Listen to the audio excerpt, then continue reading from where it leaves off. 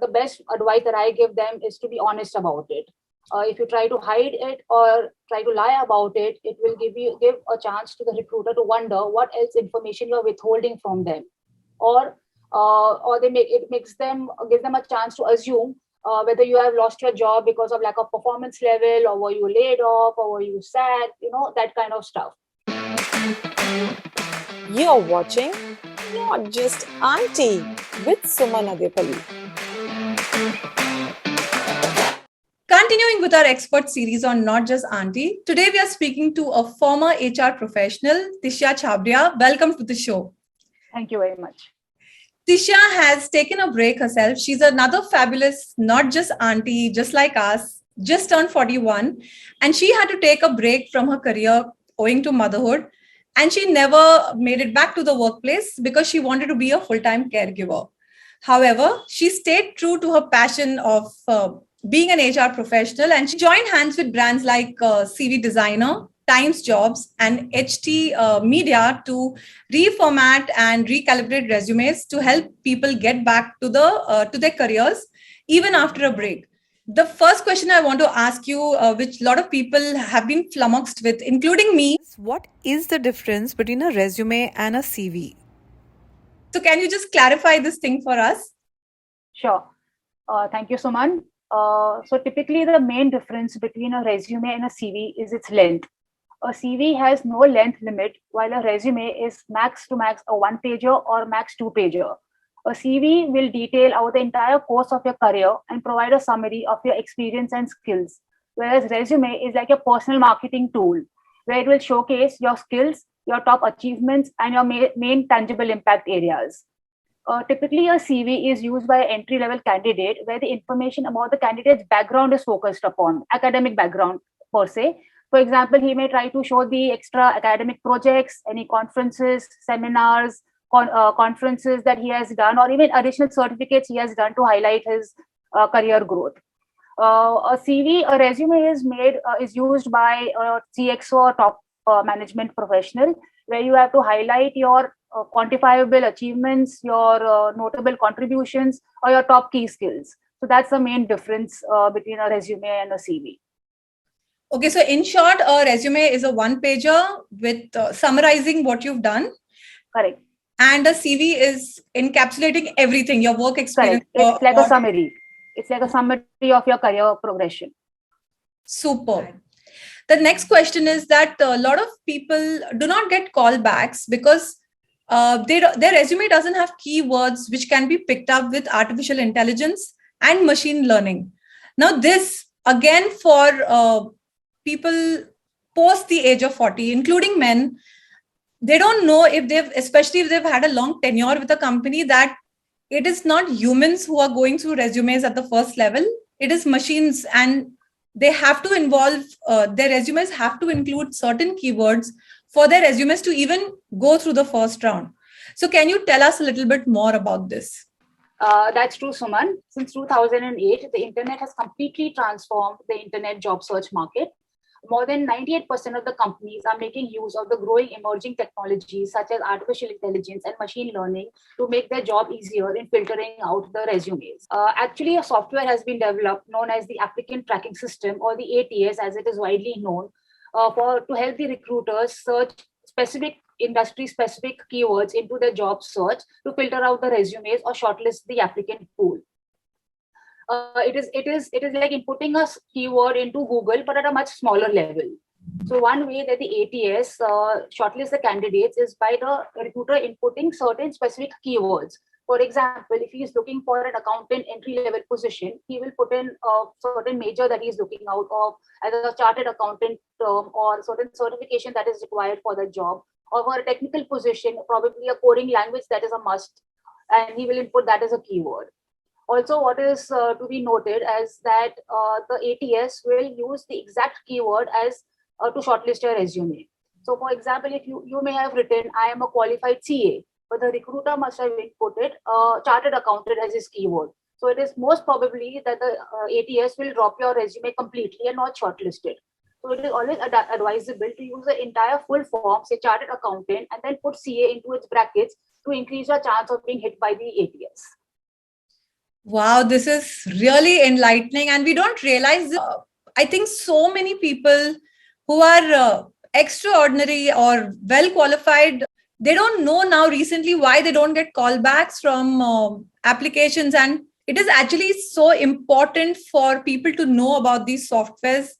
Again, there is no training which is given to, like, no company will train you to include a keyword in your resume because actually your company doesn't want you to leave. So unless people take the pains to be updated about these softwares and technologies, they don't even know why the resume is not being picked up, even though they have the qualifications and the experience. So thank you for enlightening us on that. Acronyms and abbreviations are not favored. I'll just move to the next part of this question, is that a lot of women who have taken career breaks, most often due to motherhood, or they've taken it because they are primary caregivers at home or for any other reason. In fact, now so many people have taken a break because of COVID, and because they either lost their jobs. Many have lost their jobs for the last 2 years. So how do you position these gaps in your resume? Yeah, Suman, that's one of the major concerns that I receive from my candidates' side. The best advice that I give them is to be honest about it. If you try to hide it or try to lie about it, it will give a chance to the recruiter to wonder what else information you're withholding from them, or it makes them gives them a chance to assume whether you have lost your job because of lack of performance level, or were you laid off, or were you sad, that kind of stuff. So my advice is that use this time productively. You can use it, will not only help you keep busy, but it will also help you to give talking valuable points at the time of the interview. So the best way to do this, you can either complete a course, a short course, complete a certification that is relevant to your industry. You could also do some volunteering work or some freelancing work. So this gives the impression to the recruiter that you have tried to keep updated about your skills and about the industry in this interim period. That's a plus and an added advantage on your resume. Wow, this is such a pertinent point that the recruiter should also feel that you have been consistently trying, and if that can be reflected in the resume, nothing like it. Thank you so much for informing us about this. So Tisha, are there any must-have elements in your CV to get a call back? See, the must-haves are you have to showcase your quantifiable achievements. Try to give as many numbers as possible, else your resume just looks like a story or a comprehension. So make it specific to you. Your achievements, everybody will write, how they have done business development, how they have been doing sales. But what will make your CV different is when you provide data. I have onboarded so many clients, I have tied up with so many channel distributors. The quantifiable data is what will add weightage to your resume. And of course, some soft skills like leadership skills, managerial skills also play a very important role in all job fronts nowadays. All right. But what if it's a job like content or IT, where it is all about developing a software or writing content as a journalist? Because I was a former journalist. So then how do you quantify that? So you can talk about in your academic background, how many publications you had, how many papers you have presented. In terms of if you're applying for an IT job, you can highlight your technical proficiency, your coding skills, your programming skills, how many clients you have worked for. You could add client testimonials, recommendations. All that plays an important role as well.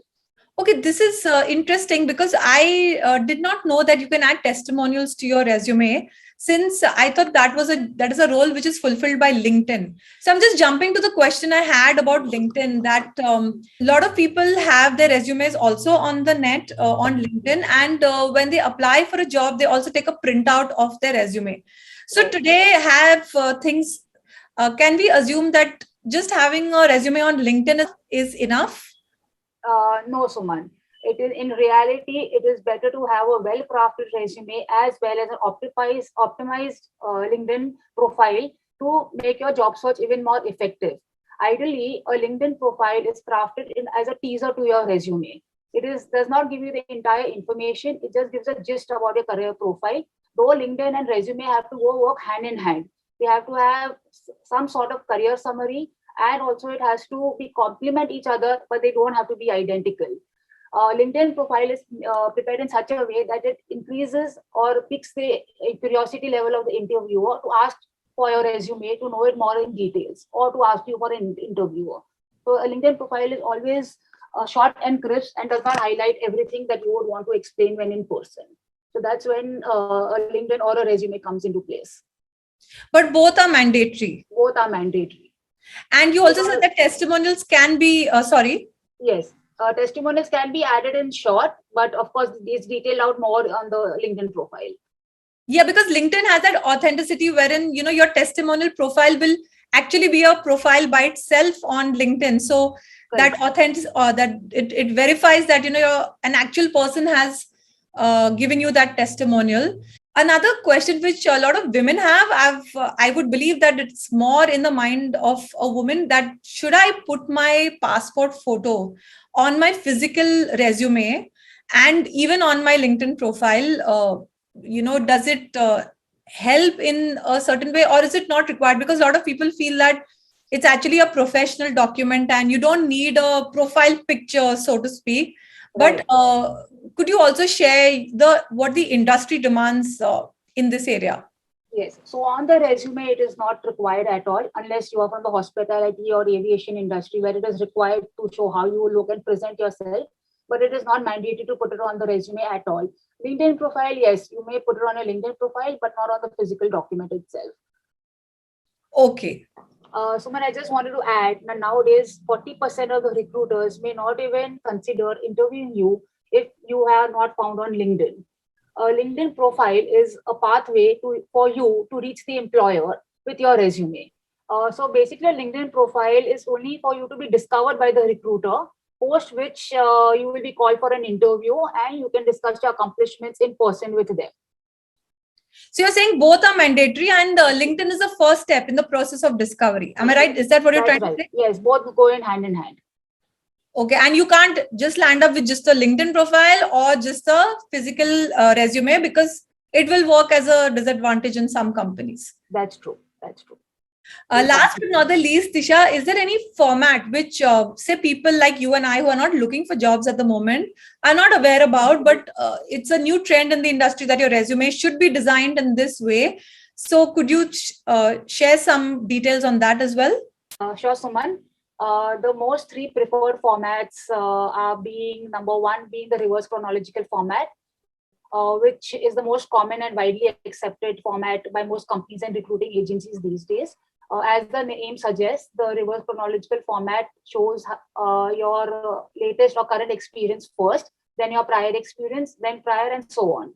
This format is usually used when you want to try to show your career growth throughout the organization or showcase an upward trend of career history. The second one being the functional resume, where this is also a good format to use, but it is used when you have been switching your jobs or your careers. So you can list down your functional skills which you have gained or developed in each job switch. So that's when you use the functional format. The third and the last one being the combination resume, which is, of course, a combination between the reverse chronological format and the functional resume. And we use this format when we have been working in a particular company over a period of years, but in diverse roles, where you have developed different kind of skills in each role, but which were relevant to the previous role. So that's when you use the combination resume. So whichever format you use, try to use the resume and the format which is best suited to showcase yourself to the prospective employer in the best way possible. Thank you. These are like wonderful and pertinent points for us to keep in mind. And you said you're associated with some brands like HT Media, Hindustan Times Media, and Times Jobs. But what if a layperson wants to reach out to a professional like you and say that I want to give my resume to you? How and where are people of your field found? Because I know you at a personal level. But if a person wants a resume made for an international job or for an overseas job, so how do they contact people like you? Okay, in my experience, I've been contacted by most of my candidates via LinkedIn, where I have showcased my skills and my experience level, and that's when they reach out to me on LinkedIn, and then we exchange numbers, and then we start a dialogue. Or mostly it's through word of mouth right now. Okay, a lot of resumes in the past, I mean, when we were just starting out in our jobs, we were told to write what is your objective and what can you bring to the company on your resume itself. So does this thing still exist? Yes, Suman, while it was a thing in the past, these days with shortage of time and hundreds of applications coming for one particular job, it is not necessary to write objective in your resume, because the idea is to make it as less text heavy as possible, and also to make it a talking point at the time of interview. If you put in the objective and all information on the resume, you will sound repetitive when you're being interviewed about it. Whatever is on the resume, you're talking about that. Nothing new will be given by you at the time of interview. So make it as less text heavy as possible. You can. Thank you so much, Tisha, for your time and for coming on our show and giving us all of these pertinent points, especially for those who are in long tenure jobs and they have not applied anywhere recently. This is very helpful, and thanks again. My pleasure, Suman. Thank you so much. What is the difference between a CV and resume? If you want to know, stay tuned. And this was just my practice session. Okay, I'm starting now. Calling you for an interview if they don't find you on LinkedIn. Once again, Suman, I just wanted to add one more thing. Just saying, Suman, as you want to slap me. Just say it naturally. You're watching Not Just Auntie with Suman Adepalli.